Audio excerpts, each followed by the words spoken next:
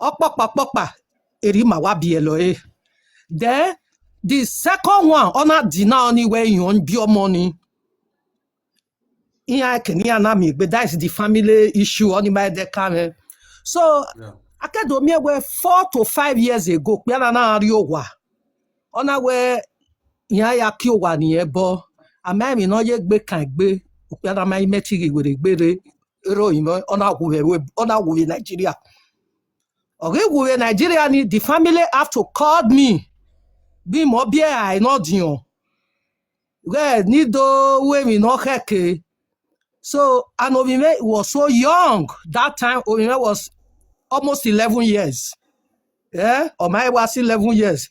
So, Ena Giekbe, ya when you more adio was sorry, Ena Giekbe, Ariowa. Ena Giekbe, Mekena, or more years, come and win a webo, mana.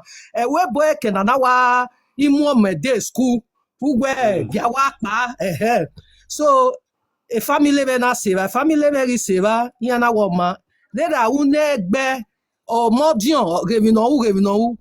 I am more over one way. Let me say over one way. In with everything. Who we may have not be a varokpama leva. A family of Pamaleva. Mokba or leva. Or the get bebe, and I with me, and I'm where you talk. And I will Uponupona or Monaraire, although because of Oka no, although dollar neck beraji. Keni waya bio money, near waya wevini, ekbendeme, never more, a mad domo, ero, why your bow, wow, where I mean, no, why gata. Aviate not to your wa, ekbe collective tenant. You know. I'm a class working woman. 8 hours. A single mother winning 8 hours with Deutschland. Where is Roger Baba? 8 hours. Now. It was mini job 2 hours. You know, I always 6 hours. He buy. He government kobo. He mini. They do bomb by. Eri yagba ogo mona. Imare zejin then. Anyo veni ina swan sanyo no mi me no sayo wera no kauna then ya gumegun awo we no ya datie eniera ya egwa je edota or aje bota daddy wherever you are save me protect me all the two e kai ni all the two you we gbe so ma ya le gbe pure de do re tiny e le fian gbe se pure wa for body or wa for body we no re you wera not January this year. Iwage otio no dion or why the phone to me. Ni adio wa adoga hu. Baba me da ko ware na. To go to Nigeria now, do the ticket, kime komo, or my easy. A more plus or why na ni me ko ware. What I went in now with a bemigo. We measure Nigeria, me manati tami. We no visual where domonari or jukmo. The anari or mobu where there. So Isaac, he now apologize to me when he get gui. Maybe me at him when the case bu we are day. But I get a day, me gare mo bu we are day. Me when he away me yakin. So imare guan, imare tevi rockba. Where.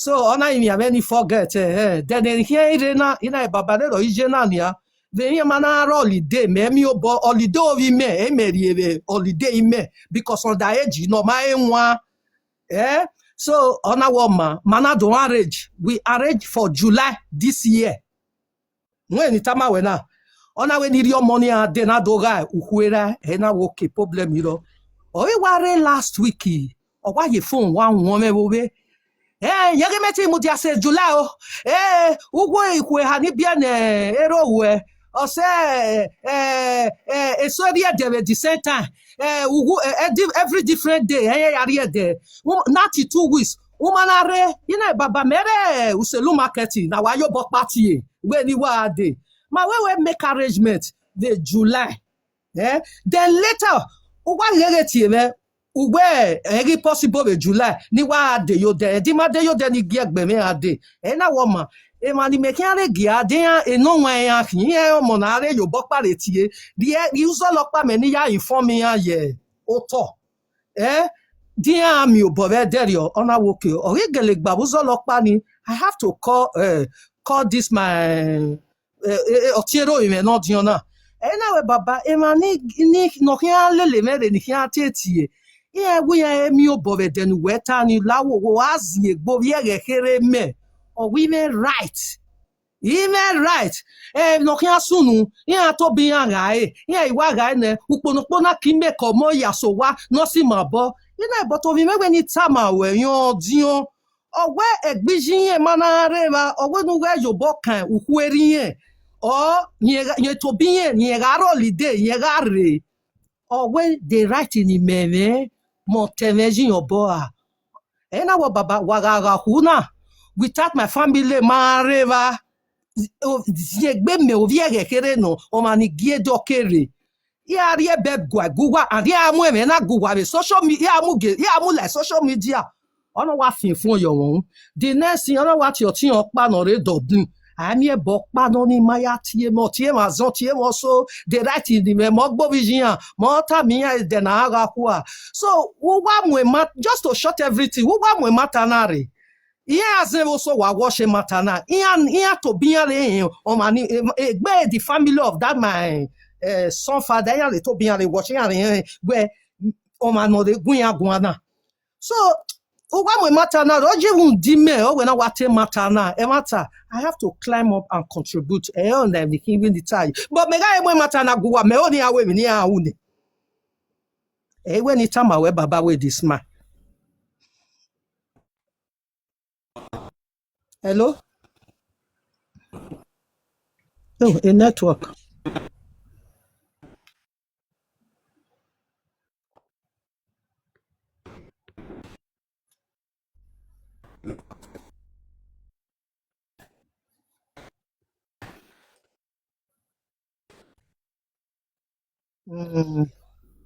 Network made home. Okay, where's CG?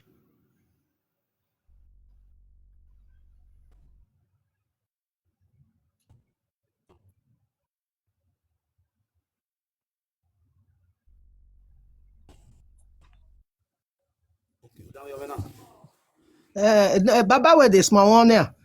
The network you are no back. Yeah, you want me to down your Baba. You are hearing me now? Very good. There matter me. What's it be? Yeah, Baba. A family ni, family wa bien ani. Iya me right ni anya who. Okay. Without omodoma give order. Yeah, we are right, Baba. You don't get the right. You have the right. One son, one no man I lati dagbo. Me have evidence me buni me have your way. No man lati dagbo. Eh na fi we have right. You understand? We go on at the they don't get that right to share any property without the senior son present. Yeah, well, let us see more say, you see what you say. I know we may walk over motor way, neck bay. Oh, no, we mean. If it's your knee, ya go baba with this smile. You got said there, ya go. Okay, well, everybody, that's an error. You know what disgrace me in social media, that's all. Yeah, wow, even when you watch a video, not hearing disgrace me. Eh, what you better when you watch it? Me one more back, and we more box here. So, what relax? Eh, the old guinea waga, yeah, Baba. Yeah, you understand? Property, the concept of the senior son. You understand? They are going to be a problem. As far as where Omodion or Ira, Omodion Tower, Omodion Hiatia, and young Hiatio Modion. Oh, Baba, where say, Ujuga me, Baba, the Osiba. And Hiatio Modion, what can I call Timo? In a botty and the what's okay. Omodion, or Hiatia with Egbemen while our Doga Punima. Okay. If that a tion in that did by with area. A money can know the point your SE BNE. They are going to call your children. You have to be where. You understand? I feel you where you corporate to you where. Then this type of you where we here we are here. Where's a Baba? Where's a Baba? Yeah, well, so they can't change our tradition. Asa I am social media. And no such thing I try no such thing. Ogwetiri aze weke na gbazen yi mo tamia e deri aya ga gbo ukwo vision ya. Iyanyaku. Okay. Iya gbo vision ni ari ko ya. Okay. Ni me gugwa na e o ero vi meni. O wo kan kere e no boto tiyan ya. Iya ga e ka agori akpoli ya bi je na a drag ya. Igwe de na mu eyo to. Obi je na afiete na ti yo wa. Iya do tv ya gbe wa e. Igwe baba we dey spy long story no. Iya is a login. Ima e da sun e. Iwo to je wu me wa ipapa e me wa kala nuwe me ma e wa ri uzenoro nuwe ipapa e me wa kakala nuwe nu what adabe o. Ni egbe ni wa hon be social media all over the world. Ni awa hon ya. And we ti amu egbe me ri be gwa ni re ti aga kuni. Okay. But yeah, worry. Yeah, get me go ni jo. Why what last? Understand? Iyo baba. Iyo baba. Where's baba? Yeah, you got huni. They call me. Mother say you got huni no tile. Okay, baba. Okay, baba. When I dragging at the palace, area the police are ya fefe. Where's baba? Where's baba? Where's baba? Where's baba? You understand? Where they fiat man? What they get? What give us so? When we here my yes, we little worry ya. Yeah. What so? General Webo, eso okpare Dublin, no red Dublin. Audio voice no ya threatening me, ya go me, ya fi ogo baba. E worry, arwa ani. Yo. I was the month, the stress. Yo baba. Yo baba. They are greedy family. Family not greedy no. Onye ma yo boya, onye agolo go tinya yan gotin. O se yan agbotinya wa. Obi o kakere. Oh madam. Papa make a secret. Ijo mo okin. Mo ti alopo e. Wọ́n understand. Ìyànjẹ. Ẹ̀yin mi ò wá ní èrí mẹ̀lẹ̀ wẹ̀ ẹ̀rí méjì wà. Níyà tí ó ní akíyan bọ̀ yàn wá táwọn ìdáhùn ìmẹ́rọ wá. Iná dùgbò ẹ̀jọ̀ wá ní nínú àbíyàn ò wá nínú bí mẹ́ná wọ̀n àwẹ̀ ìyẹn. Iná fi bẹ́ẹ̀ fa gbòtọ̀ Iná wọ̀ wá náà ìbíyàn àṣìra ewu èmi ta ké pàwọ̀ wò wá náà. Iná tí ẹ̀yin mi ò wá ní. Láti ẹ̀yin mi ò wá ní níyà. Níyà sungu. Nogi onori opologi ki ogwo obomi emi alenu asola fa we tuti ile ogba abiume eni ọmọ mu go jamo hun ise ọmọ mu go jamo hun ọmọ mi ogwo ewe wuwele nuna ọmọ mi ọmọ go yowo ọmọ mu go yowo hun Isake gbe ni ogwo le ọmọ mi go fian yo fian ije meriri azedonu egwi ogwo le ovision eme Ovijin e ma won kun o ma won po memi ropa ogbe ti a do so minima ya do receive a sweat ni ma suffer yi tinya mo mi ka ye threatening him mo je va me ka wa so ye the social media ke ni mami agbege ya na ga ku ni gbe me ma re o de peti oyin le dai owe ya le dai ya mommy iwi me you be that baba we dey spy what mi ni na re TV ni USB wa ji na mekenaria o ka ro me so where worry o ma ni asimi ku de tuti area de mi no je oni o se be na ta me ma pe ina wu o ma ro pa egbe ni recipes be ni ma na ikon ko ni bi me recipes okay ime wa tare that you made the gbe o ma no we bi me say that yen ma no popo mo ni me bi e ni ma na popo ko ma iga wu o ro pa ma gbe me wa ta ma me recipes o ma no mo picture me la ti ona we recipes ya fi o bo wa o wa so be ni ma na gbe na ne recipes because every year wo ma open pe the family we mo wala ro iyo baba what you be so edenu we ya mi bo ya ri wa ka ma ne and wo ikpe go kan bia na o we must be present or you be present any tun ya mu je wa ni ke ni aga no o work yan ti egbe o work yan live like egbe ni yan ri owe ra do ga understand seven na we do understand na o gbe mana mi obo the family should sit down at home okay yan ya party dire okay e gan wa ya mi boya ri wa yin ga iso wa o ti egbe Okay. Any other money be no or two. Here man be ya bu ya ni. O ati egbe. Yan we kam yan we gege ni here ga hu. You Okay. understand? Okay. O ma concern egbe we de no re Germany or no be Italy. Anya mami be ya. O we ka egbe kan no Italy. Okay. Omo di on ya tege na ni here ga hu ra. Where's the Baba? Omo di on we now send a message to the rest other children. Where's Wa it? de o ara ko baba o. Ti egbe ne. Omo do yan ri fi se date ni egbe we redeni oni ya ka ko ni edini ya egbe o ke problem ro ma ri. Ge no o ke ma. O adu me ma ke ma o. O wewe no o buzo no o ya de ma ke ma. Eh no. List it for the omodion. Omodion will not be the one who say wa adi. Yan ga ere omojo gele o gele wu ni egbe kai. Where's it? Ebi ya fe ni ra pusi ya he. A present area auto. Egbe guy as customer tradition di my guy ona they ni retali mare ne retali here game mare but omotion must be present. Okay. Aga you ko you present because you berera. Iyan Baba. You understand? Iyan Uru Baba. egbe ogera ya fe akara nyoji. Iyan Baba. You hear ya you be leru neti on ke no ke re bien ra. Iyan Baba. So they should do things right.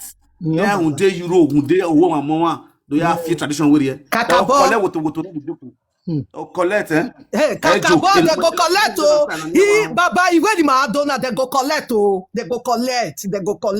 Iwe papa me Iya wa ma mu go yo wo un ya ke we no wedo iri. Oh, where say no gie? Where say no je no gie? Omo no mamu go yo hun na tell do yin no do ho yin wa na go tu wa oyon bi no tu wa. Obi mo we mi ya, obi me na ya we. Egwe na gbe yo ku o, expect you. 10 years of cloth o. Imi ya re video. Obi mo we ya. Ya we single mother on ya threatening we. Kakabo, me a re ta mi ya. Agbe social media na. Itewe ọpẹ ni ke nwa, he a push him to the world. He ọpẹ ni ke nwa. Ni ari donor is too much. We are getting ya nwa gan ya miss up they come for you once, you come for the 3 times.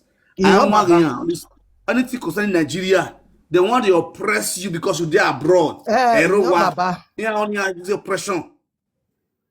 Huh? Just imagine. You see the reason why I talking. We in Nigeria, you know they carry your wife along. Along. Waiting for a minute, they cause all this problem. Now the man don't die and I don't come out. That will not all the problem. Domo da. No. 4 years. I can collect you go wa. Yeah, what if you go? The see life. Whatever. Imagine no. Baba, imagine no. Yeah, when you are here, imagine no. You dey see osi. Ni ari akia ni agegbe oko me. Oko. Yemi obo gegebe ni ana di kia yare. O we dia ka, dia je me ni ka mo egbian.